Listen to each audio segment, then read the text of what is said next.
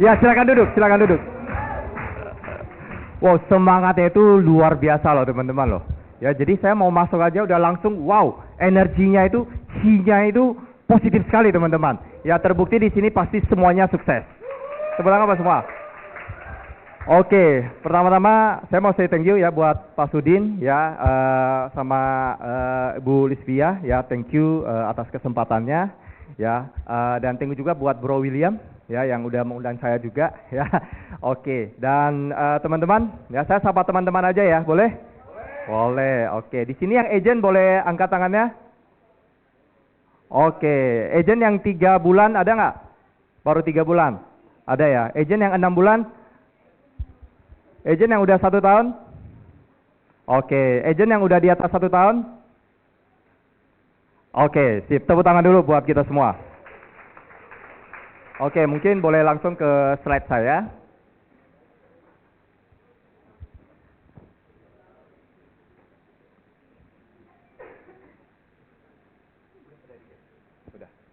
Oke, sambil lagi disiapin ya teman-teman. Mungkin saya bisa share sedikit ya teman-teman ya pengalaman saya sebelum bergabung di Prudential teman-teman ya. Jadi waktu itu saya direkrut, waktu itu saya masih kuliah teman-teman ya, dan saya dari Sumatera, Bagan Siapi-api. Ada yang sama satu daerah sama saya? Ya, ada? Medan ya, oke. Dekat. Oke, Jambi ada? Dekat-dekat lah ya. Oke.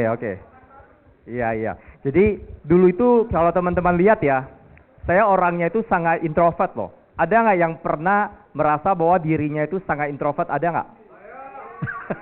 Masa sih? Nggak percaya saya. Soalnya kalau di mana-mana ada Pak Sudin langsung heboh, ya nggak sih? Tapi ya sekarang, mungkin dulunya ya sangat introvert. Saya dulu juga seperti itu teman-teman. Ya. Jadi kalau di masa-masa kuliah, ketika lagi presentasi di depan kelas, ya belum ngomong aja saya udah keringatan, ya. Terus muka udah langsung merah, ya. Jadi teman-teman saya itu kadang berasa, ini kenapa kok tiba-tiba mukanya merah begitu, ya. Terus udah keringatan gitu, udah basah gitu bajunya, ya. Jadi sampai seperti itu teman-teman, ya. Jadi mau ngomong sama orang juga agak takut, ya. Nah, jadi ketika bergabung di Prudential itu satu tantangan yang cukup besar bagi saya, di mana kita yang harus buka mulut duluan, benar nggak? Ya, nah jadi di situ saya belajar teman-teman. Ya, nah kenapa yang bikin saya akhirnya mau join di Prudential? Karena saya melihat ada potensi buat perubahan hidup saya akan menjadi lebih baik. Ya, karena leader saya ketika ajak saya ke sini ke bisnis Prudential, dia tunjukin bahwa melalui bisnis ini bisa membawa satu perubahan yang dahsyat gitu loh. Jadi waktu itu saya diajakin ke sebuah BOP dan kebetulan yang ngomong adalah seorang anak muda. Ya, dia lulusan dari luar negeri ya, dan hebat sekali ya secara prestasinya ya. Terus saya termotivasi ya. Saya lihat beliau masih muda tapi prestasinya dahsyat ya, terus asetnya itu udah banyak sekali teman-teman.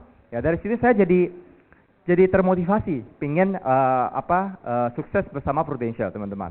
Ya, nah jadi di mana ketika saat itu sebenarnya saya join di 2010 teman-teman. Ya, tapi nggak langsung aktif. Ya, di 2013 baru aktif jalanin. Ya, karena waktu itu saya masih banyak sekali yang saya kerjakan. Slide-nya belum ya? Oke. Jadi waktu itu masih banyak sekali yang saya kerjakan ya, sambil kuliah, saya sambil kerja sebagai, teman-teman tebak ya kira-kira saya kuliah itu ambil jurusan apa teman-teman? Hah? IT, oke. Apa? DKV. Ekonomi, terus? Biologi. Ya, kalau biologi saya dulu SMA pernah ikut Olimpiade biologi. Tapi kalah teman-teman. Ya, cuma mewakili ya Riau aja. Terus saya jurusannya jurusan IT teman-teman. Ya, nah, benar. Pak Sudin emang luar biasa ya, lihat orang bisa langsung tahu. Dia bisa langsung tahu nih bisa closing 1 miliar. Oh sama, tos dulu. ternyata kalau orang ngomong bilang nggak bisa ngomong di sini berarti bohong ya. Buktinya yang IT juga bisa berhasil, benar nggak? Nah, jadi kalau misalnya orang yang apalagi backgroundnya selain IT, misalnya yang di bidang komunikasi atau apa, harusnya lebih dahsyat lagi, setuju nggak? Ya kan? Nah, kayak kita aja, kayak saya, yang dimana dulu awal memulainya itu satu tantangan yang sangat besar bagi saya. Tapi karena saya mau berubah, saya harus belajar. Dan melalui belajar itu akhirnya melalui satu proses perubahan. Ya kan, akhirnya ya bisa merubah kehidupan keluarga. Ya, kita tepuk tangan buat Prudential. Oke, teman-teman ya, di sini US Team itu luar biasa ya. Siapa sih yang nggak tahu US Team? Ya, kalau US Team orang dengar aja udah langsung wow gitu loh. Ya, nah jadi teman-teman tentunya kita di satu bisnis ini kita mau sama-sama sukses, setuju nggak? Ya, nah jadi waktu itu saya ketemu William di Beijing, ya saya banyak belajar dari beliau luar biasa, ya banyak sekali saya sebut dia suhu, ya master, ya dimana dia banyak share ke saya, padahal boleh katakan kita beda agensi teman-teman, ya tapi dia benar-benar share banyak sekali ke saya untuk dalam hal rekrutmen, ya karena saya masih belajar rekrutmen, ya mohon bimbingannya ya teman-teman ya. Oke, ya jadi saya lulus di Juli 2013 ya. Nah, jadi waktu itu saya sambil kuliah, sambil kerja sebagai IT programmer ya sekitar 3 tahun ya. Muka kayak gini bisa juga jadi asisten dosen loh teman-teman ya. Ya, terus guru private ya. Dulu itu saya itu 1 minggu itu bisa ke 3 sampai 4 tempat ngajar. Ya. Nah, jadi kira-kira gambarannya adalah di pagi itu saya kuliah mulai jam 7 pagi ya. Terus sore itu aku ngajar sebagai guru private ya. Nah, terus malamnya itu saya sama teman-teman itu kita ada punya satu software house IT ya. Kita terima project-project IT, kita bikin website, bikin sistem ya. Pasti tiap hari ya teman-teman bisa tebak nggak seorang programmer ya itu tidurnya itu berapa jam teman-teman? Hah? 10 ya, 10 kelamaan. 10 mana ada Kang Tao 10. Ya, jadi paling sehari cuma 2-3 jam, teman-teman. Tiap hari, ya, bayangkan ya dari pagi saya kuliah, ya, siang ya masih kuliah, sore saya ngajar, malamnya itu sama teman-teman kita di tempat kos, ya kita bikin kerjaan project IT.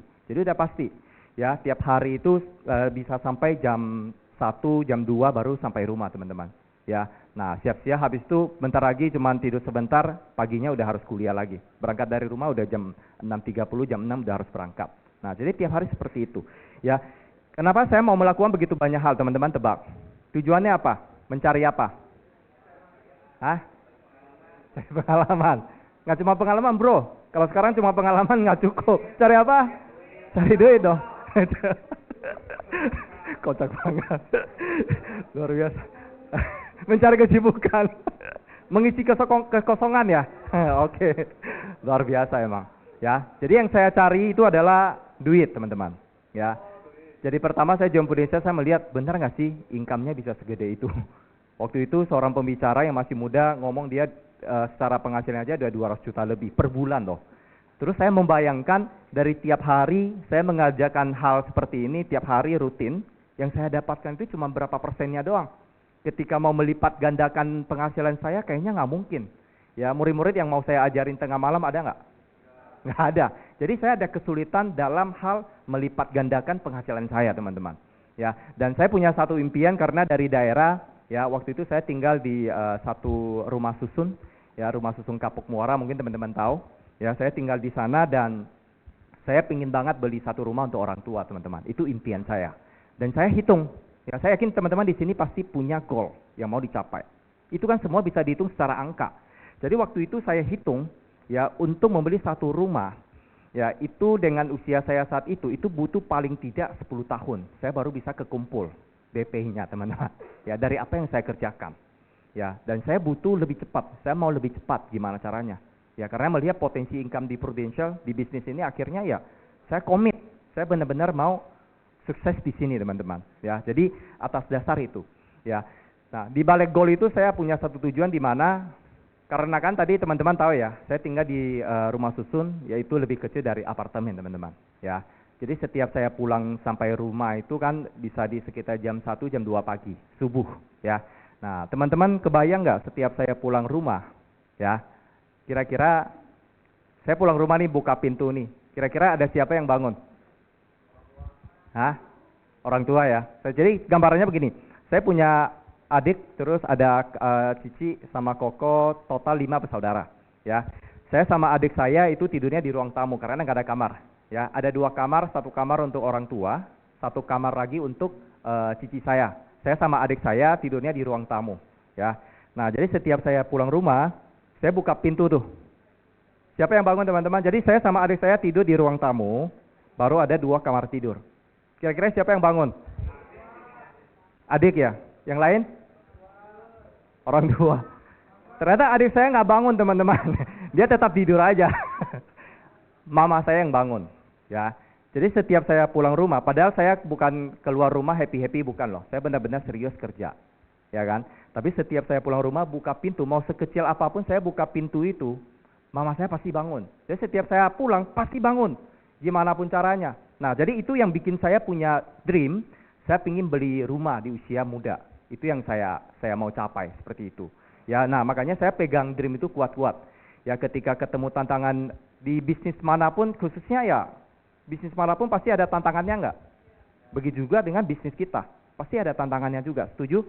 Ya, ketika ketemu tantangan saya ingat lagi waktu itu, ya, masa dengan melalui satu tantangan ini saya udah mengorbankan semua dream saya.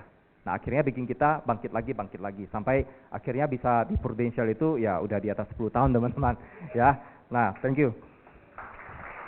Ya, jadi waktu itu saya dari daerah baru 22 tahun sambil kuliah, saya sambil jalan Prudential. Saya nggak gitu punya koneksi teman-teman, nggak ada teman, ya. Nah, mungkin teman-teman bisa kebayang. Jadi saya dulu lihat ya teman-teman, saya orangnya itu pemalu, pemalu. Saya di sini ya teman-teman ya, pemalu. Ya, jadi kalau ngomong belajar, saya paling suka belajar, ya. Padahal ya, tadi kan saya bilang tuh, lagi kuliah presentasi, padahal itu saya yang kerjain loh. Itu semua materinya itu semua saya yang kerjain. Harusnya saya yang paling menguasai kan.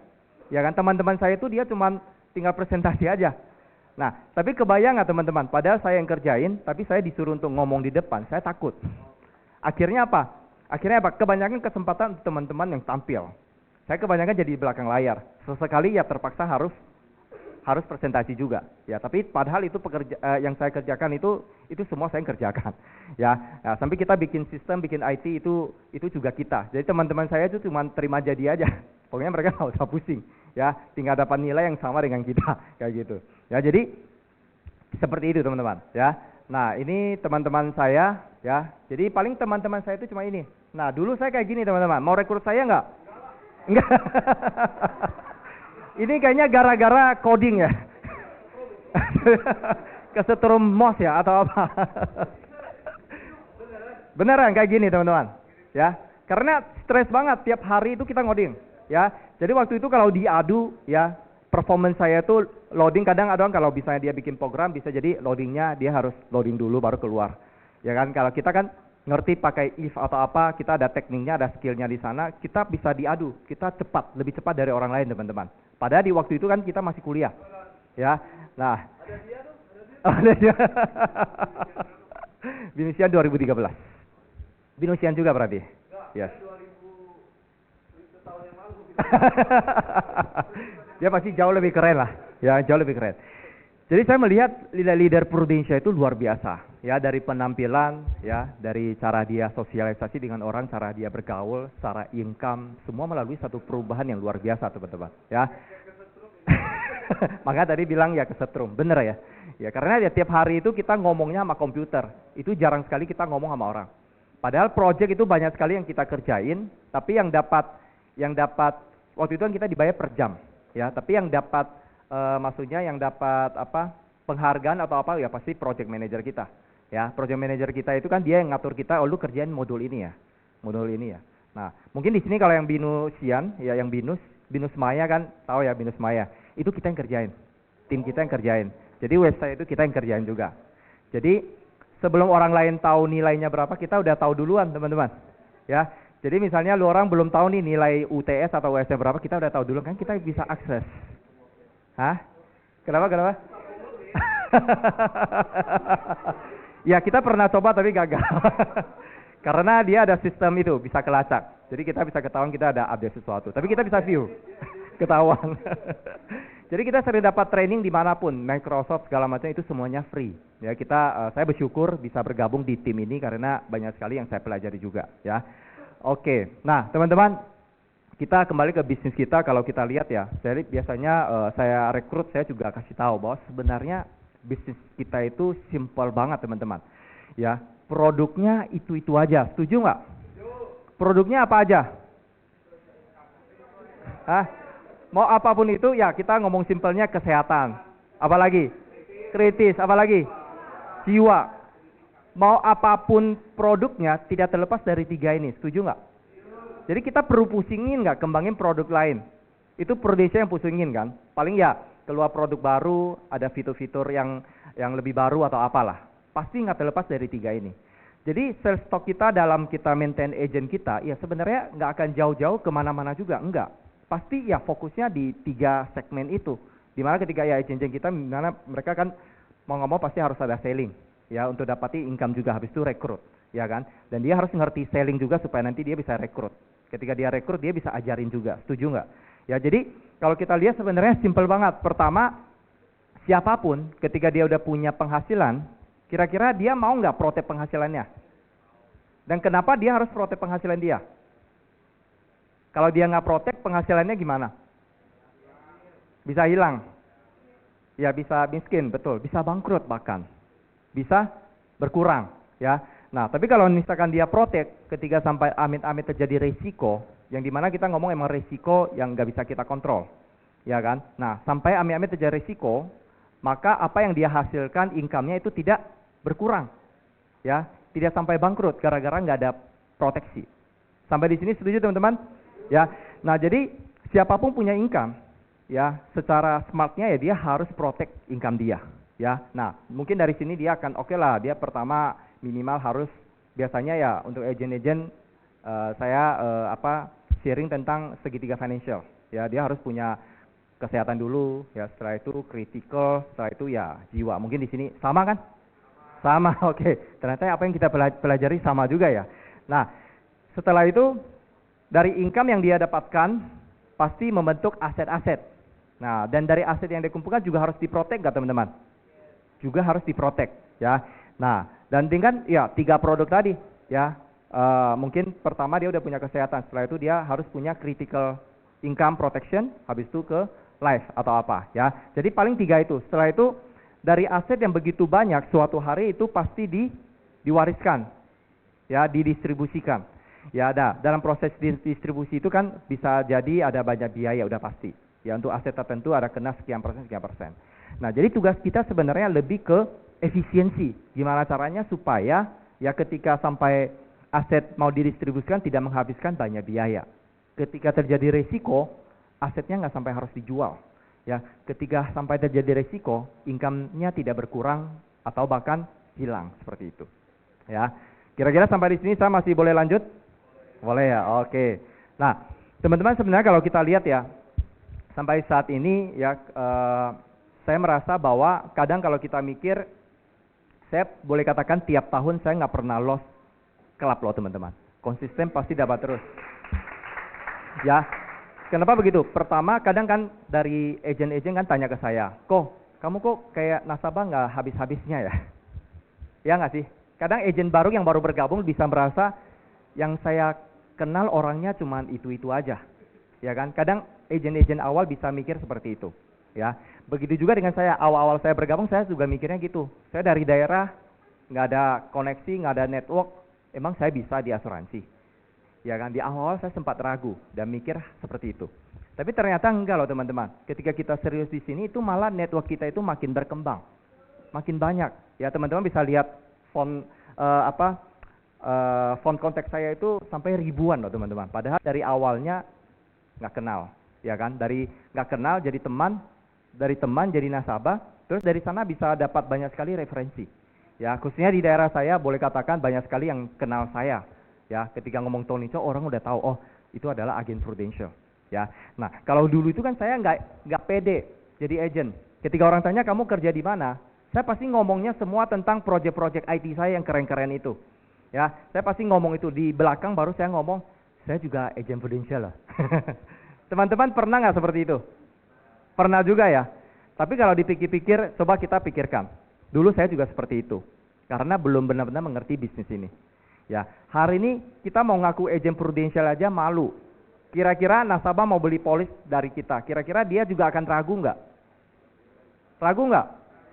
pasti ragu juga teman-teman. Ya, jadi sampai satu titik di mana saya mikir, oh ya, kalau saya tidak pede bahwa saya ngaku saya di Prudential, sebenarnya kita nggak akan dapat bisnisnya juga teman-teman. Kenapa? Secara pola pikir orang lihat lu aja itu nggak pede, berarti lu bukan agent yang profesional, ya kan? Nah, ketika saya mulai ngerti, akhirnya ya saya confirm ya teman-teman, dalam waktu 7 bulan saya langsung dipromosi loh sebagai waktu itu adalah unit manager. Ya, jadi dalam 7 bulan saya langsung promosi leader. Ya, ketika kita punya pemikiran yang benar, punya mindset yang benar, akhirnya langkah kita itu juga pasti jadi lebih efektif teman-teman. Ya, nah jadi yang saya lakukan sebenarnya simple sekali teman-teman. Ya, jadi waktu saya mulai bisnis ini usia 22 tahun. Ya, teman-teman saya paling ya usia rata-rata sekitar 20-an juga. Ya, nah jadi dari beberapa teman saya itu ada yang jadi klien saya, jadi nasabah saya, ya kan. Nah, jadi sebenarnya kita bertumbuh bersama nasabah kita juga, bersama tim kita juga, ya. Nah, jadi yang saya lakukan adalah kalau kita ngomong yang tadi 3 itu doang, karena apa? Karena kan dalam kehidupan ya namanya risiko, ada risiko yang nggak bisa kita kontrol, ya. Ada 3 risiko ini. Ya, pertama meninggal di usia muda, ya. Kedua, cacat atau sakit kritis. Ketiga, hidup terlalu lama. Ya, hidup terlalu lama itu juga butuh keuangan yang cukup. Setuju nggak teman-teman? Ya, jadi itu semua perlu di-planningkan nggak? Perlu, ya kan? Kita harus bisa planningkan kayak tadi. Ketika kita join di Prudential, kita harus punya goal. Kalau nggak, ibarat kita order Bluebird, ketika dia tanya kita mau kemana, kita nggak bisa jawab. Atau kita order Gojek, kita nggak pilih destinasi kita mau kemana, akhirnya ya nggak akan ada pergerakan. Ya, kita akan berhenti di tempat itu. Ya, kira-kira begitu teman-teman. Ya, jadi dari fase-fase kehidupan kita sebenarnya di setiap fase itu ya butuh namanya proteksi. Ya, nah jadi dari satu nasabah saya itu rata-rata punya polis di atas 2 teman-teman. Ya, pertama mereka pasti punya kesehatan. Kedua, mereka saya pastikan tiap keluarga, apalagi keluarga muda itu harus punya life atau asuransi jiwa. Ya, jadi rata-rata nasabah saya itu satu nasabah itu bisa punya minimal 2. Kenapa saya ngomong minimal 2? Ketika dia udah menikah, pasangan dia belum punya asuransi. Kalau kita melakukan selling dengan benar, itu sellingnya itu bisa repeat order. Ya, kalau kita hari ini bisnis konvensional yang biasa, jual laptop misalnya, ya kan? Hari ini kita kejual 1 laptop. Mungkin dalam berapa tahun itu orang baru bisa order laptop lagi, ya kan? Atau kecuali misalnya teman dia atau keluarga dia yang beli. Tapi ketika dia beli kan dalam waktu yang cukup lama baru beli lagi. Tapi kalau di bisnis kita kan beda. Ketika dia udah punya kesehatan, nanti dia apalagi yang punya tanggungan keluarga, dia akan beli lagi namanya asuransi jiwa karena dia punya tanggungan, ya kan? Nah, dia akan beli critical illness untuk protect income dia, seperti itu. Ya, jadi satu orang bisa punya minimal 2, ya. Terus belum lagi nanti udah punya anak. Nah, dia juga akan belikan untuk anaknya juga. Ya, makanya itu akan jaringan kita itu akan terus berkembang. Kita ngomong hanya dari sisi nasabah doang loh teman-teman. Belum lagi kalau kita rekrut tim kita dan tim kita itu juga produktif. Nah, itu akan makin besar jaringan kita. Ya, nah jadi yang sales idea yang saya jual selalu saya ngomong bahwa fase-fase ini ya kita butuh namanya insurance planning. Dan insurance planning yang bagus seperti apa ya itu saya jelasin ke dia. Ya, di mana tahap-tahap awal mungkin di sini dia akan beli kayak sekarang Purwell, ya kan? Sekarang habis itu, apalagi misalnya saya cerita tentang fase-fase di sini, misalnya orang tua rata-rata kalau misalnya usia teman-teman kita usia 20-an, 30-an, rata-rata orang tuanya usianya berapa tahun?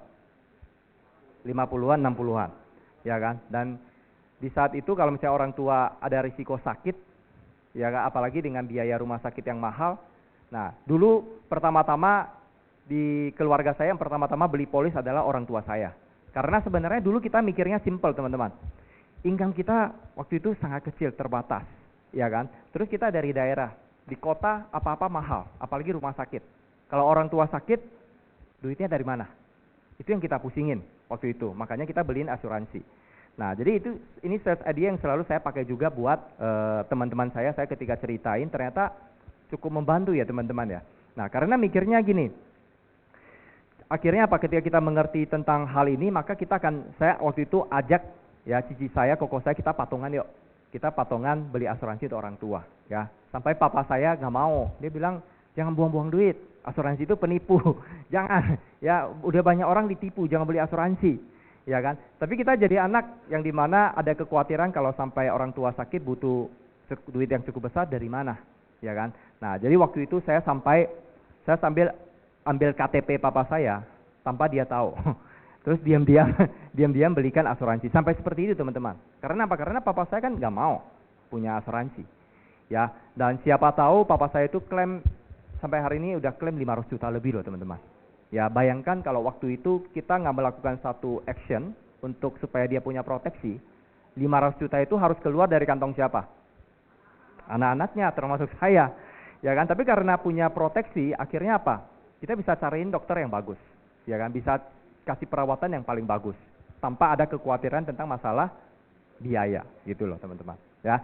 Nah, jadi sebenarnya di tahap ini kalau kita jadi, apalagi makanya kita harus jadi agent atau leader yang berprestasi ya. Ketika kita menjadi berprestasi, maka teman-teman kita itu juga akan melihat bahwa kita serius di bisnis ini. Jangan sampai tiap tahun itu kita udah bergabung sekian tahun tapi kita nggak ada prestasinya teman-teman. Jadi teman-teman kita bisa merasa bahwa kayaknya kita bukan agent yang serius teman-teman. Tapi kalau kita jadi agent yang berprestasi, otomatis ketika orang mau beli asuransi, taunya kita, ingatnya kita. Dia mau jadi agent, dia juga ingatnya kita. Wow, dia seorang yang leader yang berhasil, dia juga mau ikutnya kita gitu loh teman-teman. Ya, oke. Dan di setiap tahap ini kan ya, apalagi anak kuliah ya, saya juga punya anak ya. Tadi ada ngomong-ngomong sama Gunawan ya.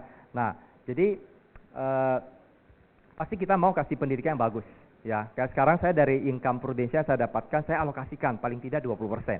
Alokasikan untuk planning pendidikan anak. Itu udah saya mulai siapin dari sekarang teman-teman. Karena kita tahu biaya pendidikan itu tidak murah ya. Nah, oke. Nah, jadi fase-fase dari 25 sampai 45 semua pasti melalui hal yang sama teman-teman ya. Mulai ya membangun keluarga ya, udah married ya, terus pengen punya anak, terus mulai nabung, beli aset, ngumpulin aset ya. Dan satu hal yang sangat penting adalah ya mulai merencanakan asuransi ya. Jadi dulu itu saya banyak sekali waktu mulai bisnis ini kan saya banyak jual kepada teman-teman saya yang seumuran ya. Dan saya mulai kumpulin premi yang dari kecil-kecil loh teman-teman ya. Waktu itu masih bisa premi 350.000 per bulan ya. Saya mulai dari situ ya. Ketika teman-teman saya udah tergarap semua, baru saya lanjut ke orang tuanya ya, ke orang tua dia, baru nanti ke saudara dia. Nah, dari situ akhirnya terus berkembang ya. Yang saya kena itu jadi tambah banyak. Nah, terus di fase 45 sampai 55 pasti ya, di saat itu mungkin termasuk puncak karir bagi seseorang ya. Nah, terus peningkatan level pendapatan, terus asetnya juga udah makin banyak ya kan. Nah, jadi setiap fase ini, khususnya di fase ketiga ini ya, 56 sampai 70 itu rata-rata kan lebih kepada fase yang pensiun, di mana pengeluaran, kebanyakan pengeluaran. Nah, jadi biasanya saya akan sharing ke teman-teman saya ya, bahwa setiap fase itu harus ada perencanaan insuransinya untuk memastikan apa yang mau kita tercapai itu bisa tercapai ya. Kalau sampai terjadi risiko pun kita tetap bisa tercapai teman-teman ya. Tapi kalau misalnya nggak ada planning sama sekali, ketika satu risiko terjadi aja, hilang semua teman-teman ya. Jadi yang bikin saya mulai benar-benar mengerti insurance adalah waktu itu kebetulan sepupu saya ya teman-teman ya. Dia kerja sudah dari SMA lulus langsung kerja. Kerja itu sekitar 20 tahun teman-teman ya. Nah, dan sepupu saya ini kurang beruntungnya karena kena cancer ya, kanker payudara ya. Nah, jadi kebetulan cici sepupu saya ini nggak ada asuransi teman-teman ya. Nah, jadi boleh dikatakan 20 tahun dari apa yang dia kerjakan untuk mengobati pengobatan kanker dia, itu nggak cukup loh teman-teman ya. Jadi bayangkan orang itu udah, cici sepupu saya itu udah hemat banget ya, jarang foya-foya atau apa ya, pokoknya kerja rajin ya. Orang masuk jam 8, dia masuk udah jam 7, udah standby di kantor ya, kerja udah 20 tahun. Tiba-tiba terjadi satu resiko, 20 tahun yang udah dia perjuangkan hilang loh teman-teman semua. Kira-kira kayak gitu efisien nggak? Tidak efisien. Sebenarnya kan ada satu cara yang lebih efisien, yaitu dengan cara berasuransi ya kan. Dia sisihkan aja sekian persen dari penghasilan dia, misalkan ya 5 sampai 10% untuk tahap awal, untuk melindungi penghasilan atau aset dia. Ketika sampai terjadi risiko ya, apa yang dia kumpulkan, hasilkan itu kan nggak terkorbankan gara-gara satu risiko ya. Jadi sebenarnya itu tugas kita. Tugas kita itu cukup mulia nggak teman-teman? Kita bisa membantu orang nggak? Sangat membantu, ya kan? Nah, jadi waktu itu mau nggak mau ya, cici sepupu saya ini akhirnya dia butuh support dari saudara-saudara dia, ya. Nah, jadi waktu itu mau nggak mau ya apa yang dia hasilkan itu gak cukup dan sampai harus melibatkan saudara-saudara dia untuk membantu dia, teman-teman. Ya, dari situ akhirnya saya sadar bahwa sebenarnya kalau waktu itu dia bisa ada punya asuransi, dia nggak perlu ketemu hal seperti itu sampai mengorbankan aset-aset dia sampai semua tabungan dia juga habis, ya. Nah, jadi teman-teman, ini udah biasa teman-teman, ya, buat agen-agen baru, kadang kita ketemu calon nasabah kita, ya kan. Ya, sekarang kan bukan zaman kayak dulu kamu punya asuransi, enggak. Sekarang pertanyaan kamu punya asuransi apa? Setelah itu kita review, ya kan. Nah, setelah itu kita lihat ternyata apa yang dia miliki itu ternyata masih belum sesuai dengan kebutuhan dia. Akhirnya bisa repeat lagi, dia bisa tambah polis lagi. Jadi sebenarnya nggak akan ada habisnya, ya. Teman-teman, di sini saya mau tanya nih, dengan seseorang yang dimana dia punya penghasilan atau pengeluaran, lah kita ngomong pengeluaran dia 1 bulan 100 juta. Dan ternyata contohnya Pak Ali. Dan ternyata dia udah berkeluarga dan dia punya asuransi jiwa cuma 500 juta. Kira-kira sesuai dengan kebutuhan dia nggak? Sedangkan pengeluaran dia tiap bulan itu 100 juta. Dan ternyata dia cuma punya asuransi jiwa 500 juta. Ini akan jadi masalah nggak? Masalah bagi keluarga dia. Hari ini kalau Pak Ali terjadi risiko meninggal, keluarga itu bisa bertahan berapa bulan? Berapa bulan? 5 bulan doang. Ya, saya pernah dengan pakai cara yang sesimpel itu langsung closing loh, uang pertanggungan 5 miliar loh. Dengan sesimpel ini. Ya, ketika dia tahu ternyata yang dia miliki 500 juta, setelah kita hitung dia butuh 5 miliar, akhirnya dia harus tambah lagi berapa? 4,5 miliar. Dan closing, teman-teman. Ya, waktu itu masih unit link. Ya, waktu itu masih belum ada yang tradisional. Ya, jadi sebenarnya banyak sekali cara yang bisa kita untuk dapatkan bisnis baru, teman-teman. Ya. Nah, terus dari misalkan yang dia miliki ternyata ada nasabah yang ternyata dia udah punya asuransi. Ya, kadang dia cuma karena mau support saudara dia. Saudara dia jadi agent. Ya udahlah, dia support aja lah. Tahu-taunya dia nggak ngerti dengan apa yang dia beli, teman-teman. Banyak sekali yang ke Indonesia begitu. Makanya tugas kita ajarin ke tim kita, ketika ketemu nasabah kita harus review bedah polis dia, apa yang dia miliki. Ya. Nah, jadi saya bilang kalau misalnya dengan polis yang kamu miliki saat ini itu ada masalah. Nah, orang pasti kaget, emang masalahnya apa? Ya kan? Nah, baru kita ceritain. Ternyata yang kamu miliki itu sama sekali belum ada health insurance. Asuransi kesehatan juga belum ada. Dan biaya rumah sakit mahal atau murah? Mahal banget ya. Nah, jadi kemarin saya ngurusin satu klaim yang 2,5 miliar, teman-teman. Cuman gara-gara tangan dia masuk, tiba-tiba mesin itu kan udah dimatiin mesinnya. Dia kebetulan kan pabrik kardus ya. Pabrik kardus, dia produksi kardus itu gede sekali pabriknya. Dan dia kan seorang bos. Dan mesinnya bermasalah, teknisi dia nggak bisa perbaiki. Akhirnya si bos turun tangan, lihat masalahnya di mana. Yang ternyata cuma nyangkut satu baut yang kecil banget, dia ngambil baut itu. Padahal mesin itu udah dimatiin loh, teman-teman. Makanya risiko emang benar-benar nggak ada yang tahu ya. Tiba-tiba ketika dia ngambil baut itu, langsung tangan dia ketarik sama mesin itu, teman-teman. Ya, nah, bayangkan hari ini kalau dia nggak ada asuransi, 2,5 miliar harus dari mana? Hah? Pasti. Hah? Nggak sampai jual pabrik lah. Pabrik dia nilainya nggak cuma segitu, lebih dari itu. Ya mungkin dia punya cash 2,5 M itu. Tapi kan nggak efisien, dia keluar 2,5 M itu cuma buat rumah sakit, ya nggak? Padahal biaya asuransi dia tiap bulan cuman, karena waktu itu kan dia belinya unit link, preminya 3 juta lebih. Dia asuransinya cuma 1,2 jutaan lebih. Ya, dengan yang dia benar-benar hangus, coynya hampir 1,3 lah. Ya, tapi ketika sampai per 2,5 miliar itu langsung dibayar sama Prudential. Luar biasa nggak, teman-teman? Nah, jadi itu jadi lebih efisien nggak? Jauh lebih efisien. Ya kan? Nah, jadi dengan kondisi itu orang itu langsung mau nambah polis lagi, ya, sampai keluarga dia tambah polis lagi. Ya, cuman kalau dia sendiri mau tambah polis, dia harus melalui satu medical check yang banyak sekali karena udah banyak sekali riwayat-riwayat. Ya, jadi udah pernah klaim lambung lah, udah pernah klaim yang lain-lain. Jadi itu pasti kena exclusion. Akhirnya ya dia kemungkinan nambah polis masih, terakhir saya masih lagi nunggu medical check up. Ya, dia mau tambah UP 5 miliar. Ya, ternyata masih belum disetujui oleh Prudential. Ya, dia harus medical check up dan dia harus perbaiki dulu kondisi tubuh dia. Karena hasil check up terbaru dia itu masih sangat jelek. Ya, kolesterol tinggi, ya. Nah, terus yang lainnya SGPT juga masih tinggi. Jadi itu diperbaiki dulu, nanti baru kita bantu ajukan lagi teman-teman. Ya. Nah, jadi teman-teman kalau kita lihat ya, dari satu orang itu bisa, kalau dengan konsep yang sesimpel itu bisa punya minimal 3 polis. Ya kan? Kesehatan, kritis, jiwa. Ya kan? Nah, saya pernah ada satu case yang dimana kebetulan kakak ipar saya sendiri teman-teman. Ya, kakak ipar saya sendiri itu dia usianya 37 tahun. Jadi kemarin itu dia kena serangan jantung. Ya, jadi dia lagi nyetir, udah berhenti nih nyetir mobil, udah berhenti mau jemput anaknya, tiba-tiba pingsan, teman-teman. Ya, nah ketika dia pingsan, untung ada abang Gojek yang baik sekali, dia langsung boncengin dia ke rumah sakit terdekat. Ya, teman-teman sampai rumah sakit, kakak ipar saya ini detak jantungnya udah berhenti, teman-teman. Ya, berhenti sekitar 10 menit, teman-teman. Ya, dokter juga kaget bahwa, jadi waktu saya sampai rumah sakit, dokter udah lagi melakukan PCR, terus sampai disetrum, ya. Nah, jadi ketika disetrum, akhirnya detak jantungnya mulai berdetak lagi, teman-teman. Ya, sampai ya ketika mulai berdetak, akhirnya dia harus masuk ICU, ya. Sampai di hari ketiga baru mulai menyadarkan diri, ya. Jadi dalam 3 hari itu, ya keluarga kita semua panik sekali, ya. Waduh, kondisi seperti itu ternyata dia terjadi serangan jantung.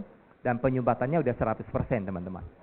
Ya, padahal kakak ipar saya ini gak pernah sakit loh, gak pernah ada keluhan sakit. Tiba-tiba terjadi seperti itu, ya teman-teman.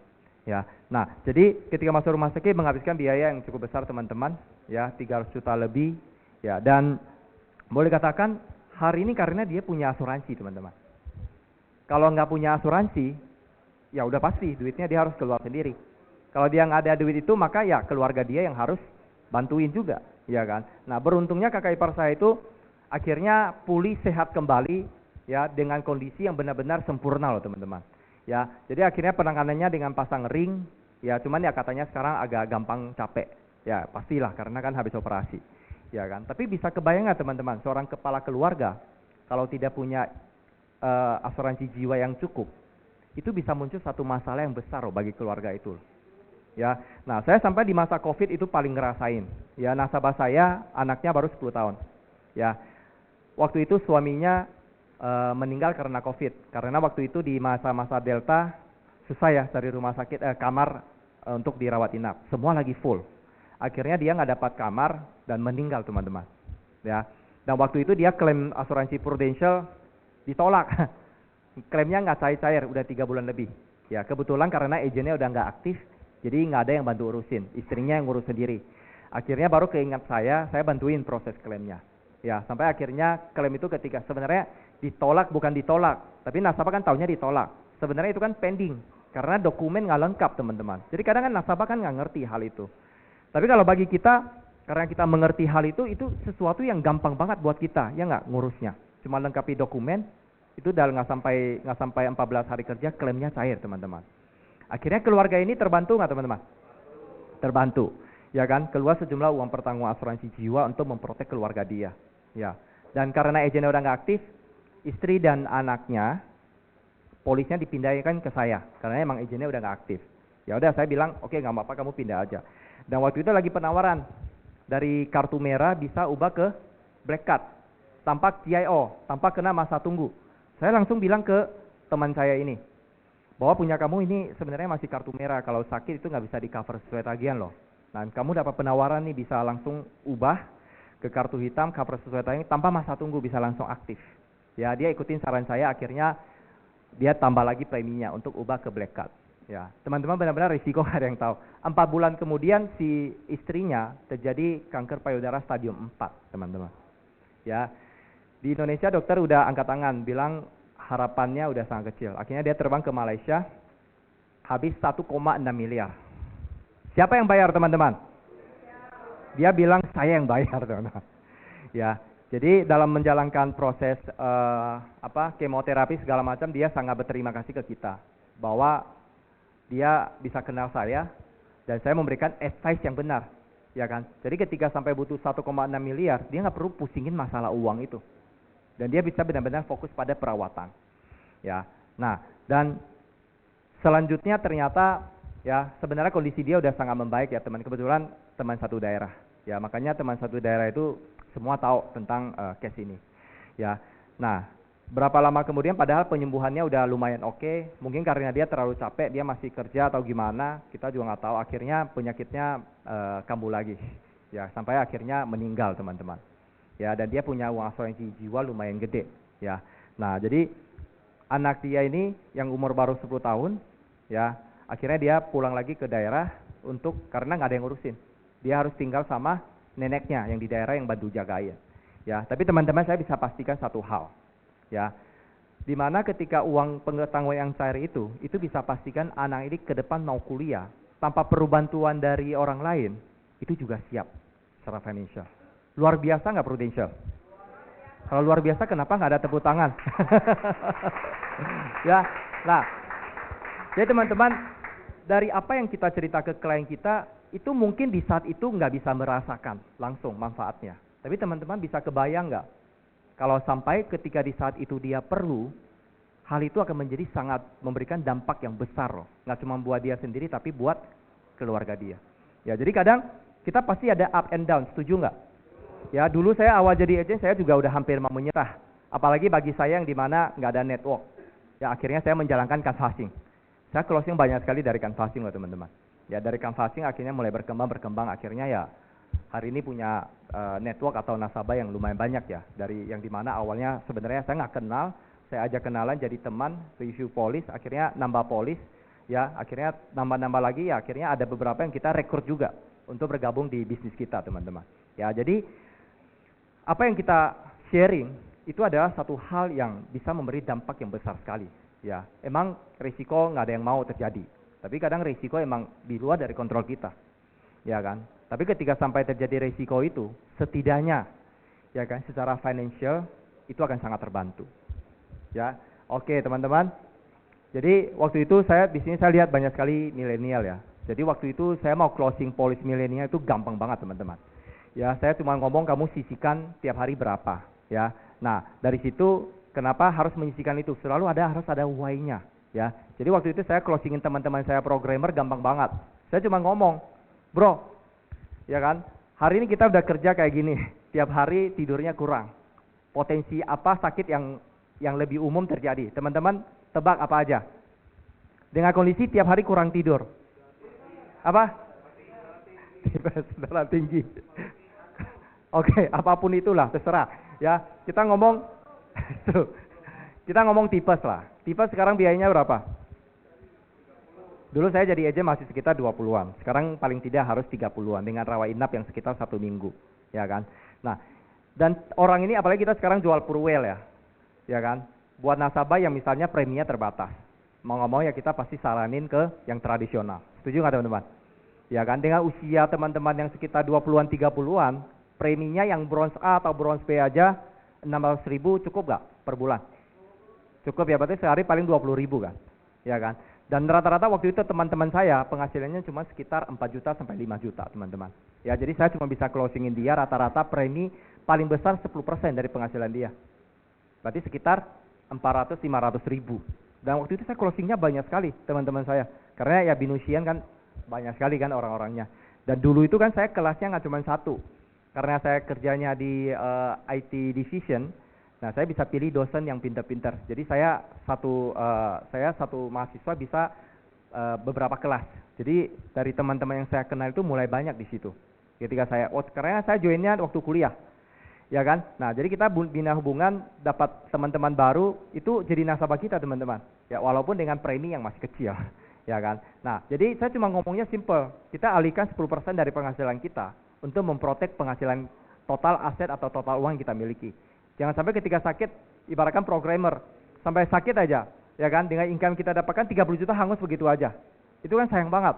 Tapi kita ada satu cara yang lebih efektif, lebih efisien, ya kan. Nah, jadi dengan kayak stok seperti itu aja juga bisa closing loh teman-teman. Ya jadi saya jarang sekali saya sampai menggambar-gambar, enggak, kadang cuma ngomong story aja, itu udah bisa closing. Apalagi waktu itu kejadian teman kuliah saya, dia bawa motor cukup cepat, teman-teman, ya. Terus tiba-tiba ada satu mobil yang buka pintu mobil, kehantam di sini, patah.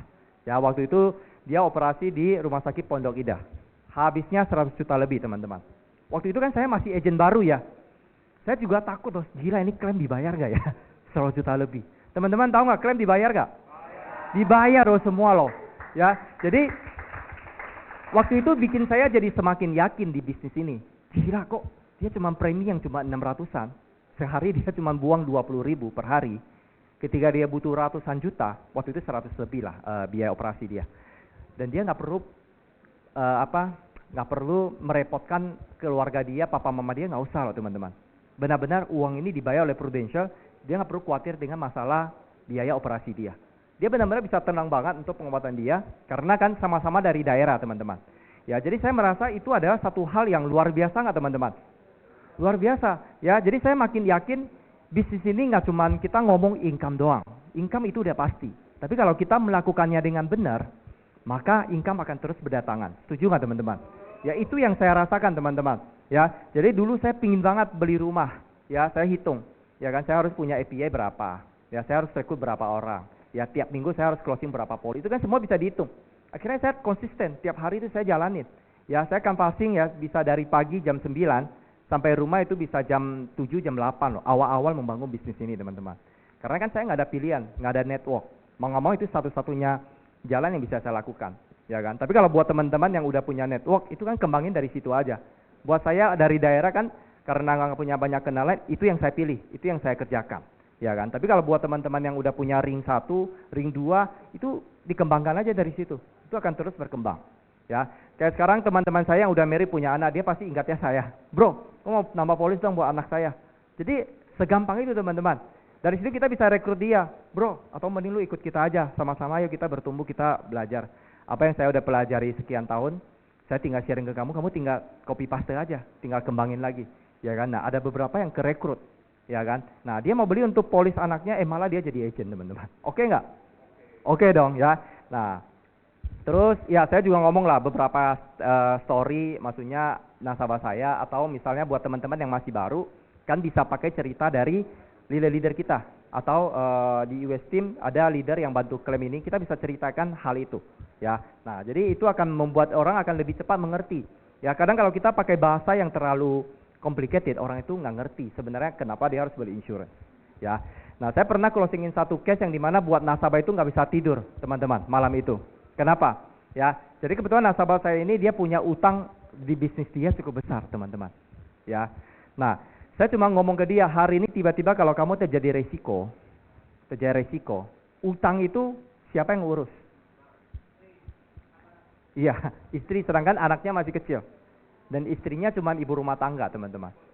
Ya kan? Hari ini ketika dia nggak ada, utangnya itu bisa menjadi satu masalah bagi istri dia, benar nggak?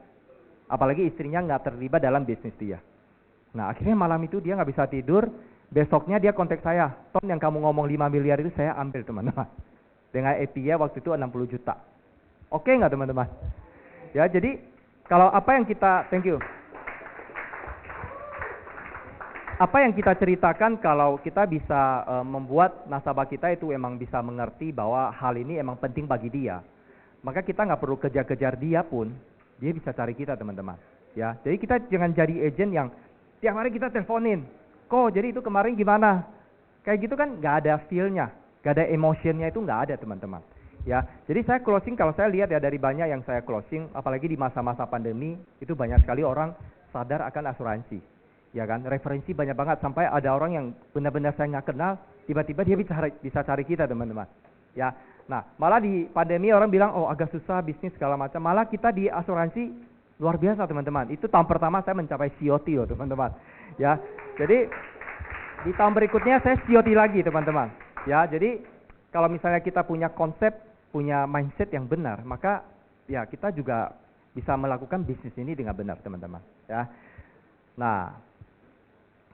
Itu biasanya saya juga cerita mengenai bedanya ada asuransi dengan nggak ada asuransi, ya. Nah, jadi biasanya aku kebanyakan ya, kadang kalau seseorang sakit, sebenarnya ada nggak cuma penyakitnya yang dia khawatirkan, nggak cuma penyembuhan yang dia khawatirkan, tapi satu hal yang sangat penting adalah kadang dari segi biayanya, ya kan. Kadang kenapa orang menunda pengobatan? Karena kan khawatir akan biayanya. ya kan? Hari ini kalau biaya udah semua tercover, dia kan nggak akan khawatir dengan masalah biaya, setuju nggak? Ya, jadi kalau misalnya orang punya planning yang benar, salah satunya ya asuransi. Ya, maka kalau sampai ada risiko-risiko yang tadi saya ceritain, maka setidaknya secara finansial kan nggak terlalu, akan sangat membantu lah dengan ada insurance. Ya, nah terus aset yang dimiliki juga aman, nggak akan sampai gara-gara itu aset dia harus dijual. Ya, terus masa depan lebih terjamin nggak teman-teman? Pasti lebih terjamin, ya kan? Andai kata misalnya orang ini suka jalan-jalan lah, dulu saya closingin teman-teman saya, dia kan karena suka jalan-jalan. Saya cuma ngomongnya, kamu kan suka jalan-jalan, kamu pasti setiap tahun ada budget dong untuk jalan-jalan berapa, ya kan? Bayangkan ketika kalau sampai sakit, kira-kira kamu bisa batalin nggak perjalanan kamu yang jalan-jalan itu? Bisa nggak teman-teman? Bisa loh, gara-gara satu sakit, dia habisin cukup uang yang cukup besar, yang harusnya dia mau pakai untuk jalan-jalan, bisa batal nggak? Bisa batal, ya kan? Nah jadi kadang ngomong seperti itu aja, saya bilang saya ada satu cara yang lebih efisien, yang lebih efektif, ya dengan insurance, ya kan? Kalau sampai antisipasi, kalau sampai risiko terjadi, butuh uang, ya kamu nggak perlu masalah uang lagi. Kayak gitu juga bisa closing teman-teman. Ya jadi itu yang selalu saya terus ngulang, ya kita ngomong repeat for mastery. Nah ternyata itu benar. Kalau kita terus ngulang, maka kita akan ketemu orang bagaimanapun, kita pasti ada satu sales stock yang bisa cocok dengan dia teman-teman, ya. Nah, terus tentunya dari segi keluarga atau orang terdekat kita itu terlalu nggak perlu sampai membebankan keluarga atau terdekat. Kayak tadi teman saya, karena kecelakaan motor itu habis 100 juta lebih, dia nggak perlu sampai orang tua dia harus mengeluarkan uang itu lagi. Ya, nah, oke, ya jadi yang kita lakukan ya kita harus pastikan tiap keluarga, apalagi keluarga muda ya, itu kadang kan kalau misalnya kita nggak menjelaskan tentang pentingnya asuransi seperti apa, itu kan kadang nggak bisa muncul satu urgensi. Kenapa saya harus punya insurance, kayak gitu loh. Nah tapi kalau misalnya kita bisa menjelaskan kenapa dia butuh, why-nya itu apa, ya, maka dia akan planning. Apalagi sekarang saya banyak sekali ya teman-teman, saya closing BC88, terus closing Pro Future. Ya itu saya jualnya ya live, ya, dan banyak ke keluarga muda. Ya minimal harus punya 5M lah, ya minimal kamu punya 5M. Bayarnya cuma 5 tahun atau 10 tahun. Kalau dia agak berat secara pembayaran preminya ya bisa sampai 15 tahun. Tapi rata-rata yang saya closing itu 5 tahun, paling panjang 10 tahun. Ya, dan bisa dicicil lagi. Dan pembayarannya fix, ya kan? Nah, jadi saya sekarang banyak beralih ke sana. Nah, teman-teman, kemarin saya ketemu satu nasabah yang ternyata dia udah punya polis lumayan banyak, ya. Dan saya review ternyata uang pertanggungan yang dia miliki itu baru 800 juta lebih, teman-teman. Ya, nah setelah itu saya bilang ke dia, ya seperti tadi, dengan 800 juta itu dengan biaya hidup yang dia tiap bulannya berapa, dia merasa itu sangat kurang teman-teman. Ya, akhirnya dia tambah lagi 10M loh teman-teman. Ya, nah tapi karena dia mau amankan medical atau apa, dia ngambil dulu 5M. Kalau 5M bisa lewat, baru dia tambah lagi 5M lagi teman-teman. Ya, jadi kenapa orang pengen nambah segitu? Karena kan apa yang kita jelasin ke dia itu dia merasa make sense. Kayak sekarang kita tradisional, premi yang nasabah bayar itu kan bisa dihitung secara fixnya 5 tahun berapa, pertanggungan berapa, itu berapa persen gapnya, ya. Jadi dari situ kan orang merasa bahwa ya uang kecil beli untuk mengcover atau mendapatkan satu uang yang lebih besar. Apalagi kalau pebisnis, dia kan sangat pintar hitung-hitungan, ya kan, nggak usah kita ajarin, kita tinggal kasih tahu sebenarnya kok ada cara yang lebih efektif begini loh. Ada lebih efektif begini, ya kan? Dan kita ngomongnya angka, dia langsung bisa connect teman-teman.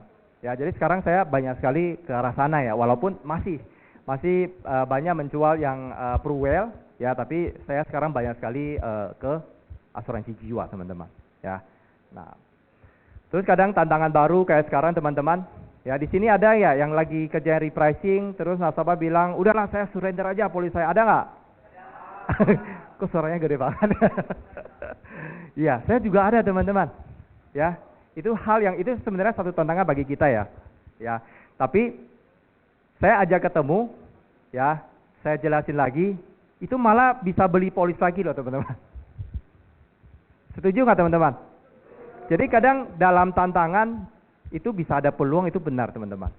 Ya, saya sampai ada satu nasabah yang dimana terpaksa dia harus ubah dari Unilink ke tradisional. Setelah dia ngambil tradisional kan preminya jadi turun. Akhirnya dia nambah lagi Pro Future, ya kan. Jadi teman-teman setiap kita ada ketemu satu tantangan, sebenarnya kita harus, biasanya kalau kayak gitu ya saya ajak nasabah ketemu dulu. Kita jelasin lagi. Ada yang beberapa kan dia salah paham, ya kan? Dia dapat info yang salah dari teman dia, bahwa Prudential naiknya gede sekali. Padahal karena polis dulu kan semua unit link kan. Ketika terjadi repricing ya kan diperhitungkan juga dari sisi unit linknya. Akhirnya terkesan kayak premi kita itu naiknya tinggi sekali, ya kan? Tapi kan kita Prudential udah siapin opsi. Gimana caranya supaya nasabah dia tetap bisa punya proteksi, ya kan? Nah, jadi kita tinggal ajak ketemu, jelasin. Walaupun saya ada beberapa case yang akhirnya surrender juga, tapi nggak apa-apa teman-teman. Setidaknya kita udah berusaha yang terbaik, ya kan? Nah, tapi dari beberapa yang saya ketemu, ya ini saya ada satu case lagi yang API-nya 234 juta teman-teman. Ya, nah itu karena ya saya ketemu jelasin, ya saya jelasin hari ini baru saya temani medical, ya semoga medicalnya bisa lolos, ya. Jadi kalau misalnya kita hanya fokus pada tantangannya, pada kesulitannya, maka yang kita hadapi itu cuma kesulitan itu sendiri teman-teman. Setuju nggak teman-teman? Tapi kan sebenarnya kita bisa cari solusinya apa yang bisa kita lakukan, apa yang bisa kita propose. Nah akhirnya malah bisa muncul satu bisnis baru teman-teman. Ya padahal saya juga mikirnya, waduh ini pasti saya diomel-omelin atau apa. Bang awalnya diomel-omelin. Prudential gimana sih udah naik 2 kali gini. Kita dengerin aja dulu teman-teman. Ya tapi setelah itu saya ceritain akhirnya ya malah nambah API 234 juta kan. Ya, nah jadi tantangan itu pasti ada. Tapi kita harus meresponnya itu dengan sikap yang benar teman-teman. Ya, nah terus saya termasuk cukup komit ya teman-teman ya. Saya punya satu agenda kerja tiap hari, saya udah tahu nih teman-teman. Kadang kan agent-agent kita ngomongnya, saya udah ketemu orang, tapi nggak closing atau apa segala macam. Setelah kita tanya activity-nya apa aja, ternyata seminggu cuma ketemu 2 orang teman-teman. Ada nggak? Ya, jadi dia udah ngomong kayak bisnis Prudential itu susahnya setengah mati. Ya kan? Padahal setelah kita tanya-tanya, ternyata dalam 1 minggu itu karena masih agent baru, kita maklumi. Ternyata dia baru ketemu 2 orang teman-teman. Ada nggak? Di sini nggak ada kan? Nggak ada ya? Oke. Nggak ada yang ngaku. Ya. Nah, jadi dari situ saya selalu ajarin ke tim saya, kita sama-sama bikin agenda kerja. Ya. Jadi tiap hari kita bikin appointment, telepon ke calon nasabah kita atau misalnya ke rekrutan kita. Ya kan? Jadi udah punya jadwal teman-teman. Jadi nggak ada ceritanya besok bangun kita bingung mau kemana. Jadi udah punya jadwal paling tidak ya, kalau yang untuk full timer, sebenarnya kalau kita kategorikan pagi, siang, malam. Minimal kan sebenarnya sehari bisa ketemu 3 orang. Setuju nggak teman-teman? Buat yang full timer. Tapi kalau buat yang misalnya dia masih kerja, masih part timer, ya mungkin sehari paling 1 orang atau 2 orang. Ya kan? Tapi kalau buat yang benar-benar full timer itu kan sebenarnya bisa ketemu orangnya itu pasti lebih banyak, ya kan? Gak bisa kita ngomong kita fokus di Prudential dan ternyata seminggu kita ketemu 2 orang. Sebenarnya itu kan nggak kerja teman-teman. Ya nggak teman-teman? Ya kan? Nah jadi tiap hari saya bikin agenda kerja saya, ya sama tim saya, yuk kita sama-sama bikin. Jangan sampai kita besoknya bangun kita masih bingung mau kemana teman-teman. Ya, nah sekarang karena jadwal sangat padat sekali karena saya masih banyak melakukan konversi ya teman-teman ya. Jadi saya bahkan nggak cukup waktu di mana untuk ketemu nasabah-nasabah saya. Ya bahkan ada beberapa yang luar kota saya ajak aja via Zoom. Ya ada beberapa yang ya milenial lah, gampang lah. Jadi kita ajakin via Zoom. Ya jadi biasanya jelasin dari pricing kalau tanpa tunjukin data itu kan agak susah. Ya jadi biasanya ya saya akan ajak mereka untuk Zoom dan dengan durasi 1 orang paling tidak 20 sampai 30 menit lah. Itu udah bisa kerjakan 1 case dengan 1 Zoom itu teman-teman. Ya jadi selalu harus punya agenda kerja yang benar. Oke. Ya teman-teman, tentunya kadang kan kita berasa kayak kita sibuk banget. Ya, tapi sibuk kan udah pasti produktif belum kalau sibuk? Sibuk belum tentu produktif loh. Ya kan? Gimana caranya kita harus mikirin jadwal kita supaya itu bisa produktif. Ya, bisa menghasilkan API atau bisa menghasilkan bisnis partner yang baru. Ya kan? Nah, mau nggak mau apa yang harus kita lakukan? Kita harus perbesar kapasitas kita. Ya, jangan sampai ketika kita sebagai leader, kita ditanyain apapun, kita nggak ngerti. Ya kan, itu kan agak lucu. Ya kan, mau nggak mau kita harus terus upgrade. Nah itu yang saya lakukan. Ya, misalkan dulu saya cuma bisa closing case yang kecil. Ya, nah supaya case saya bisa besar apa? Ya saya sampai ikut mentoring MDRT. Ya, nah saya belajar ikut seminar-seminar. Ya mau berbayar atau gratis ya saya ikut untuk kembangin skill saya. Jadi size case-nya itu bisa lebih besar. Ya. Terus ya mindset yang benar teman-teman. Ya. Jadi dulu saya masih agent baru, saya terbang ke Bali. Ya. Ke Bali saya prospek paman saya teman-teman. Ya. Dan hari itu sangat senang sekali. Saya sebagai seorang agent baru, saya closing 20 juta per bulan teman-teman. Luar biasa nggak? Luar biasa ya kan. Thank you, tepuk tangannya. Jangan dulu, tunggu. Tunggu dulu. Nah, setelah 2 hari kemudian itu sampai satu kantor semua udah tahu. Gila ini agent baru udah closing 20 juta per bulan. Kita tambah semangat nggak? Wow, iya dong, saya luar biasa, ya kan? Saya kan cum laude, ya kan? Saya kan hebat, ya kan? Gitu teman-teman, ya. 2 hari kemudian, ya. Teman-teman tahu nggak case-nya jadi apa? Saya ditelepon oleh paman saya. Tony, sorry banget. Case yang kemarin itu, ya yang asuransi yang mau saya beli itu, gak jadi ya Tony. Sorry loh. Down nggak teman-teman? Down nggak? Pasti down, ya. Hari itu leader saya ajak ke kantor, saya udah nggak mau.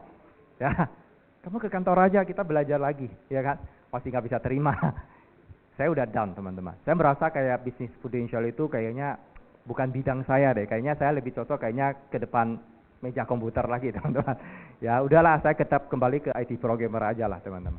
Ya, tapi itu beberapa hari. Ya nggak sampai berminggu-minggu juga lah teman-teman. Ya beberapa hari akhirnya saya merenungkan lagi. Bahwa sebenarnya saya masih bisa di Prudential nggak? Alasan awal saya memilih bisnis ini karena apa? Ya, yang tadi yang saya bilang, saya kembali ke goal saya. Ya, karena saya udah rasakan bahwa tiap hari dengan saya kerja seperti itu, mau melipat gandakan income saya, kayaknya nggak mungkin. Ya kan, saya mau tambahin project IT, tahu-taunya nggak usah tidur aja kayak gitu. Ya kan. Nah, jadi merasa ada kesulitan di sana, akhirnya saya tetap semangat karena kan udah punya dream yang jelas, punya goal yang jelas. Ya, akhirnya saya bangkit dari masa gara-gara satu case itu, impian saya beli rumah untuk orang tua batal. Kan lucu, worth it gak teman-teman? Ya jadi waktu itu leader saya juga ajak saya ketemu, ya kan? Dia ingatkan saya lagi, bahwa dulu kenapa kamu pingin join Prudential? Masih ingat gak? Ya kan? Waktu itu kan bikin goal setting kan dia tahu bahwa saya pingin beli rumah di mana, harganya berapa, KPR berapa, ya kan? Nah akhirnya gara-gara satu case itu, saya jadi ketika dia motivasi ke kita, saya jadi lebih rajin ke kantor teman-teman. Kalau dulu kan nggak sering-sering ke kantor untuk ke training. Akhirnya saya evaluasi. Berarti skill saya atau knowledge yang saya miliki itu masih kurang teman-teman. Nah, akhirnya saya ke kantor, nggak usah disuruh-suruh teman-teman. Sabtu saya pasti datang. Ya, saya ikut training setiap kelas, saya ikutin, belajar lagi. Akhirnya saya muncul tambah semangat lagi teman-teman. Saya jalankan lagi. Hari itu aku langsung dapat start club. Start club pertama saya itu ya di itu, yang tahun pertama itu. Dalam 7 bulan itu juga sekaligus promosi UM. Plus dapat start club ke Budapest waktu itu tahun 2013 ya. Nah dari situ akhirnya saya mengerti bahwa sebenarnya kadang kita menemukan tantangan atau kesulitan bisa jadi karena diri kita belum siap teman-teman ya. Jadi kita harus siapkan diri kita siap ketika ada peluang datang, kita baru bisa ngambil peluang itu teman-teman. Tapi kalau misalnya peluang udah muncul, udah ada, tapi ternyata kitanya nggak siap, ya otomatis ya kita nggak akan dapat peluang itu. Setuju nggak teman-teman? Ya jadi kita harus bekali diri kita dengan ya knowledge, skill yang cukup. Ya ketika ada kesempatan atau peluang datang ya kita bisa ngambil kesempatan itu. Ya. Dan kita harus atur prioritas teman-teman. Ya jangan sampai ya kadang saya punya satu catatan, biasa semua saya langsung di HP ya. Ya saya ada catatannya, apa yang mesti saya lakukan. Kadang ada follow up plan atau semua ada catatannya teman-teman. Karena dari saking banyak yang kita lakukan kadang kita bisa lupa, bisa miss. Ya, jadi saya belajar untuk harus ada catatannya. Jadi setiap yang udah saya kerjakan saya checklist. Ya, misalnya memfollow up beberapa claim reimburse. Ya, itu kita mesti follow up. Kadang kalau enggak itu yang memberikan kesan ke nasabah kok proses klaimnya lama. Ternyata masih ada butuh dokumen penunjang atau apapun itu. Ya, tapi kalau kita punya catatan yang jelas, akhirnya kita bisa follow up, ya. Oke. Nah, ini teman-teman yang saya cerita. Ya, jadi dulu itu saya pulang, saya buka pintu ini, mama saya pasti bangun. Jadi saya punya dream simple sekali. Gimana caranya saya bisa cepat dalam waktu yang lebih singkat beli rumah. Ya, waktu itu saya ngambil rumah pertama, ya, itu di tahun berarti 2 tahun lebih setelah saya join Prudential. Ya, nah karena itu saya kan udah capai beberapa kali klub. Ya, dan waktu itu saya masih takut, saya ngambil KPR yang 15 tahun teman-teman. Ya, itu rumah pertama saya dapat dari Prudential. Dalam KPR 15 tahun teman-teman, teman-teman tahu nggak saya selesaikan dalam berapa tahun? Wow. Berapa tahun? Berapa? 2 ya. 3 tahun lebih teman-teman. Lunas, ya, dan teman-teman bersama Prudential luar biasa. Ya, saya cerita gini bukan untuk menyombongkan diri teman-teman, ya. Dan tahun kemarin saya bisa beli satu tanah lumayan, ya kita bisa bangun sendiri. Dan itu semua cash teman-teman. Ya, kita bisa desain yang orang tua suka. Ya, saya tanya ke mama saya, kamu sukanya rumah kayak gimana? Kita tanyain. Ya, desainnya kebetulan adik saya arsitek. Ya, semua dia yang bangun, dia termasuk kontraktor juga dia bangun. Ya, kita desain sesuai yang benar-benar orang tua mau teman-teman. Ya, jadi itu adalah rumah ketiga saya teman-teman bersama Prudential. Ya, jadi Prudential itu sebenarnya kalau kita benar-benar serius jalanin itu pasti ada hasilnya teman-teman. Ya kan. Nah, kadang kita bisa ketemu yang dia merasa ada kesulitan, tapi kan harus koreksi diri. Kadang kita merasa kayak kita udah pinter, udah jago, kayak awal-awal saya waktu itu jadi agent, diajakin leader untuk training, saya berasa wah training itu kan saya udah pernah ikut, udahlah nggak usah ikut lagi. Nah kadang kan bisa ada pemikiran seperti itu. Nah padahal dari tiap leader yang ajarin itu kan bisa dapat insight yang baru, walaupun dengan materi yang sama. Setuju nggak teman-teman? Ya, jadi saya sering sekali padahal kelas ini materinya sama, tapi yang saya dapat itu bisa dapat sesuatu hal yang baru loh. Ya, apalagi kadang dia bisa sharing pengalaman dia atau misalnya sharing tips dia, ide-ide dia. Kita bisa akhirnya tambah satu ide-ide baru lagi teman-teman. Ya, kalau kita bekali diri kita dengan cukup dalam menjalankan bisnis ini ya pasti jauh lebih gampang. Ya, nah jadi saya juga pertama karena kita dari keluarga waktu itu ekonominya sangat kurang. Ya, nah saya mau kuliah ke BINUS itu karena juga dapat beasiswa. Kalau enggak juga nggak ada kesempatan untuk bisa kuliah. Ya, dan karena saya tahu perjuangan orang tua saya, akhirnya saya mau jadi anak yang dimana bisa membahagiakan mereka teman-teman. Ya, karena kita tahu orang tua bisa ikut kita selamanya nggak? Enggak, ya kan? Kenapa kita nggak bahagian mereka, ya kan? Ajak mereka jalan-jalan, ajak mereka makan ke restoran yang enak atau apa? Kenapa kita nggak lakukan itu? Ya, ketika kita bisa membahagiakan mereka, apa yang kita perjuangkan itu kita akan merasa worth it nggak, teman-teman? Sangat worth it. Ya, kita ketemu tantangan ditolak atau apapun, kita merasa itu nggak ada apa-apanya. Kenapa? Karena kan kemauan kita untuk berhasil atau sukses itu jauh lebih besar dari kesulitan itu sendiri teman-teman. Nah itu yang saya terus kembangkan dalam diri saya. Ya, nah akhirnya ya bisa bersama Prudential ya sampai hari ini teman-teman. Ya, dan tentunya kita harus mau berubah dulu. Ya, kalau dulu saya selalu mikirnya, kalau misalnya saya mikirnya saya orang introvert, orang yang harus ngomong duluan sama saya, nggak mau berubah. Akhirnya kan saya nggak akan ada kesempatan. Setuju nggak teman-teman? Ya, jadi kan karena saya tahu kelemahan saya di mana ya saya harus bekali diri, upgrade diri. Ya, supaya apa? Saya bisa berubah jadi lebih baik. Ya, jadi saya merasa sekali bahwa bersama Prudential itu nggak cuma dari sisi materi, ya, tapi dari segi pertemanan, ya, dari segi hal-hal yang lain semua juga ikut bertumbuh teman-teman. Ya, nah, kayak hari ini nggak kayak dulu yang dimana kalau di depan aja udah keringatan, ada sampai mukanya merah nggak teman-teman? Enggak ya. Nah, kalau dulu kan sampai merah kayak kepiting, ya kan. Nah, akhirnya kan saya melalui satu step development yang bertumbuh juga teman-teman, ya. Dan teman-teman ini kita ada berapa hari lagi tahun ini? Sudah dihitung belum? Masih yakin bisa mencapai goal yang udah dibikin di awal? Yakin? Yakin? Aman bro, Pak Sudin. Semua masih yakin. Energinya luar biasa. Tapi cuma ngomong yakin-yakin doang, tapi harus actionnya loh ya. Action dong. Ya, jadi memanfaatkan waktu yang ada, di mana jangan sampai di bulan Desember lah ya teman-teman, jangan lah ya. Ya, paling tidak ya sampai November akhir udah selesai. Ya, jadi saya berasa kalau kita kerja di Desember, itu kadang susah tidur ya teman-teman ya. Ya, jadi kadang ada case yang pending lah, harus medical lah. Waduh, itu benar-benar luar biasa. Sampai aja nasabah medical aja, itu ngantrinya bisa lama. Karena agen-agen yang lain juga semua lagi ajakin nasabah medical teman-teman. Ya, jadi kita selesaikan di November, oke nggak? Kalau sampai November berapa bulan lagi? 2 bulan, 60 hari. Tiap minggu udah tahu berapa API. Kalau yang mau capai klub, harus rekrutmennya pastikan timnya itu harus mencapai berapa. Udah ada angkanya? Ada nggak? Ada nggak? Ya, jadi saya biasakan diri selalu selesai lebih awal, teman-teman. Ya, kayak dulu di masa kuliah, orang skripsi kan bisa di semester 6. Di semester 7 ya, teman-teman ya. Nah, saya di semester 6 semua udah beres. Dan itu yang momen di mana saya join Prudential. Ya, karena waktu itu saya udah selesai skripsi di semester 6, semester 7 kan jadi lebih kosong. Dan awal-awal kan kenapa saya join 2010, 2013 baru mulai aktif.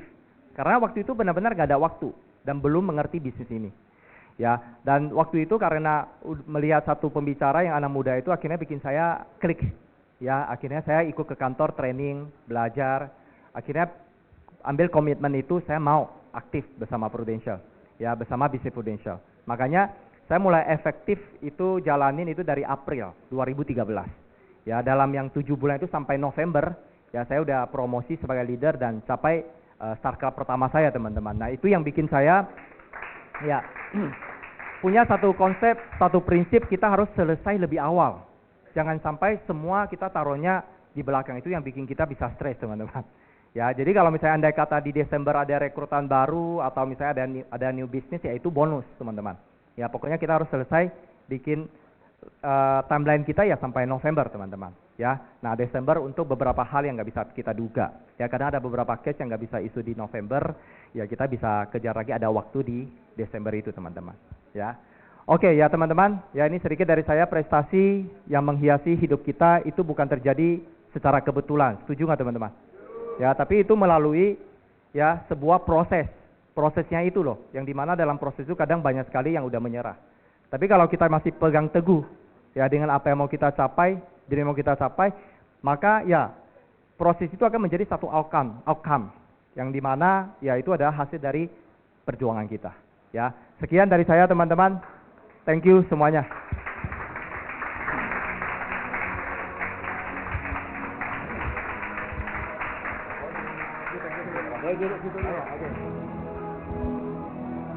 Boleh kasih tepuk tangan buat Tony.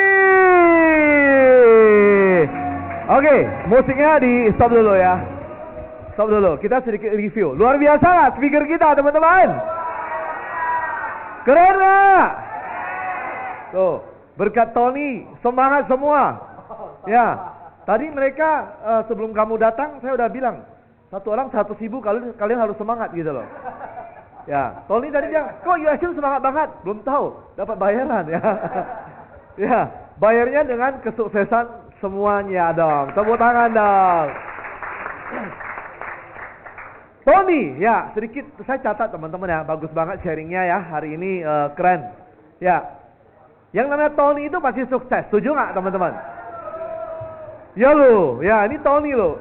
CEO Prudential siapa namanya? Tony Benitez ya kan? Ini Tony apa? Kirain Tony Long gitu kan? Ya, kita di USM juga ada Tony, betul nggak? Tony mana? Nggak hadir. Kenapa nggak hadir? Dia paling kelihatan soalnya, kelihatan tuh. Itu juga ada Tony. Tuh, ada Tony juga. Hebat, grupnya besar. Ya, cuma bedanya itu Tony yang habis makan, ini belum makan. Ya maksudnya ini langsing itu beda dikit, melar ya. Langsung. Gimana? Lulusan BINUS pasti sukses. Bapak lulusan mana? Oh, sombong lo. Iya, sombong lo. Ya, kita yang UBM yang kuliahnya murah aja nggak sombong. Nggak usah ngomongin. Saya masuk UBM bayar 5 juta, dapat 1 laptop Acer, teman-teman. Itu kayak gratis kuliahnya ya. Oke, ini agak sama. Makanya saya mau komentar ya, agak sama dengan saya, teman-teman ya. Jadi kenapa saya bilang agak sama? Sama-sama kita merantau dari daerah. Saya juga daerah, Tony juga daerah, teman-teman. Ya, artinya apa? Ini menunjukkan background keluarga dari daerah, miskin, susah, juga bisa sukses. Setuju nggak, teman-teman? Ya, tepuk tangan sekali buat Tony dong. Sama nih ya, tadi Tony bilang saya juga IT, sama Ton, saya juga IT. Ya, teman-teman coba lihat ya, ternyata pinter ya, pinter juga. Sama lah, saya juga kalau IT itu rata-rata pasti oke, teman-teman. Saya dari SD sampai SMA selalu juara umum, teman-teman. Kurang ajar kalian. Dia yang tepuk tangan, kalian nggak tepuk tangan. Bayarannya kurang ya. Malah speaker kita yang tepuk tangan, malu ya. Ya, jadi teman-teman, saya pernah baca satu artikel, katanya ya orang pintar itu biasanya mereka itu kalau dimasuk karir mereka nggak sukses. Kenapa? Terlalu pintar sehingga nggak mau dengar kata orang. Serius tuh. Ya, makanya di Prudential ada istilah bodoh ikut. Ya, maksudnya leader ngomong apa aja ikutin aja. Banyak nih teman-teman ya. Dulu nih kisah nyata nih. Saya didatangin 2 agent. Satu training. Habis training, agent yang pertama datang ke saya. Ya, Pak, ada cara yang lebih bagus lagi nggak? Pinter banget nih orang. Setiap kali selalu bilang, Pak, ada cara lebih bagus lagi nggak? Saya bilang kan udah di trainingin semuanya kelasnya. Memang itu belum bagus. Dia selalu pengen mencari cara yang lebih bagus karena dia pintar, teman-teman. Itu agent pertama. Apa yang terjadi? Hari ini tak kelihatan lagi, teman-teman. Tapi ada agent yang kedua, setiap Sabtu dia datang ke kantor. Dia training, tetap training. Jangan bilang nggak perlu training ya. Awas loh Pak Yelius ya. Tetap training gitu ya. Tetap training. Tapi habis training, teman-teman, habis training, dia datang ke saya. Pak, saya pengen top agent. Orang ini nggak pintar-pintar amat. Nggak ganteng-ganteng juga. Lebih ganteng saya. Tunggu. Kalau Kohai itu kan orang ini nggak ganteng-ganteng amat. Kohai memang nggak ganteng gitu loh kan. Lebih parah lagi itu. Tapi hebatnya ya orang ini hari ini yang melahirkan piala AOY paling banyak di Prudential. Bapak Budi Suyanto, teman-teman. Ya, dia lagi di luar, untung nggak dengar ya. Nah, sama ya. Artinya apa? Orang pintar tuh jarang bisa sukses karena mereka terlalu pintar. Tapi hebatnya berkat Prudential, kita diajarkan apa? Follow leader. Kita merontokkan semua kepintaran. Ya, buktinya Tony, cum laude teman-teman. Ya, bicara hanya sama komputer. Ya, ini saya agak beda sama you bro. Gua nggak mau. Dia bicara sama komputer. Gua mah nggak mau. Masa bicara sama komputer, benar nggak? Lama-lama dibawa ke grogol. Ini beda bro, beda. Saya tetap setiap hari interaksi. Saya nggak bicara sama komputer. Nah, tapi intinya apa teman-teman? Ya kita IT, kita boleh katakan dari awal saya sekolah tuh jujur ngomong hafalan itu luar biasa banget teman-teman. Ngomong sekolah sampai bisa bikin rumus buat guru teman-teman. Ya, tapi berkat Prudential kita bisa sukses. Tepuk tangan dong buat Tony juga saya teman-teman. Ya. Terus apa lagi ya? Pendiam oke. Ya, dan satu hal yang paling penting yang saya petik dari Tony ya. Dia bilang apa? Saya punya dream. Dreamnya apa tadi? Rumah. Teman-teman kalau lihat prestasinya ya, saya baca prestasinya ini orang pasti kaya. Duitnya banyak teman-teman. 8 kali MDRT teman-teman. Kasih tepuk tangan dong. Duitnya banyak. MDRT itu duitnya banyak teman-teman ya. $1 million round table teman-teman. Namanya aja udah $1 million round table. Jadi di mejanya dikelilingin dolar. Datang ke rumahnya bawa duit pasti teman-teman. Ya. 8 kali MDRT, 2 kali COT. Tepuk tangan dong. 5 kali startup, 1 kali startup leader, 2 kali PCC, 1 kali double startup leader, 2 kali double startup producer, 3 kali MELC, 2 kali NLC, 2 kali MDRT Beijing. Kemarin ketemu William di Beijing ya. Nah, ini kaya. Dreamnya apa? Rumah. Dengan prestasi seperti ini, dia bisa membeli rumah yang sangat banyak dari Prudential. Tepuk tangan dong teman-teman. Saya amati satu hal, satu kunci. Kenapa banyak pembicara bisa sukses? Kenapa banyak orang leader-leader Prudential bisa sukses? Kuncinya satu, dia punya impian. Dia pegang dia punya impian, teman-teman. Ya, tapi sayang banget, banyak agent, bukan di sini, di luar sana, teman-teman. Ya, agensi luar sana. Bukan agensi lu belum. Agensi sana ya. Nah, banyak agent di luar sana, mereka hanya join, ikut-ikutan, tapi tidak punya impian, teman-teman. Ya, diajak join aja, teman-teman. Ikut aja, teman-teman. Itu yang pertama. Tipe yang kedua, dia punya impian sih, datang ke Prudential pengen rubah hidup. Saya pengen hidup saya lebih baik, pengen membahagiakan orang tua, pengen membahagiakan istri saya. Jangan istri tetangga, teman-teman. Ya, nah, dia punya impian, ada impian, tapi cepat menyerah terhadap impiannya. Sekali ketemu tantangan, langsung, sudahlah, down, tidak semangat. Tapi kita lihat Tony, dia membawa impian dia dari sebelum dia di Prudential sampai ke Prudential. Karena hanya impian yang bisa membuat orang semangat dan termotivasi. Thank you Tony, luar biasa. Thank you.